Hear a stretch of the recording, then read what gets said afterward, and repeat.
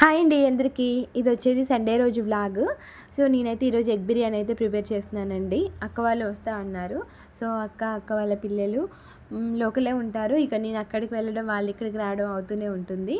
ఇక సడన్గా అప్పటికప్పుడు ఎగ్ బిర్యానీ చేద్దామనేసి అయితే ప్రిపేర్ చేశాను. రైస్ వచ్చేసి కేజీ-పావు వరకు రైస్ అయితే తీసుకున్నానండి. ఎగ్స్ అయితే 12 తీసుకున్నాను. సో ఎప్పుడు నేను తక్కువ క్వాంటిటీనే చేస్తుంటాను, బట్ ఈసారి ఎక్కువ క్వాంటిటీ అయినా పర్వాలేదు, బాగానే వచ్చింది, ఈజీగానే అయిపోయింది. ఆనియన్స్ అయితే పావు కేజీ వరకు ఫస్ట్ ఫ్రై చేసి అయితే ఉంచుకున్నానండి. ఇక ఆనియన్స్ వల్లే బిర్యానీకి టేస్ట్ అయితే వస్తుంది. సో ఇక పైన లైట్గా కొత్తిమీర కూడా యాడ్ చేశాను. 2-3 టేబుల్ స్పూన్ నెయ్యి కూడా యాడ్ చేసేసానండి. సో ఈజీగా అయితే అయిపోయింది ఎగ్ బిర్యానీ. వేడివేడిగా అయితే ఎగ్ బిర్యానీ అయితే రెడీ అయిపోయింది. టేస్ట్ కూడా చాలా అంటే చాలా బాగుందండి.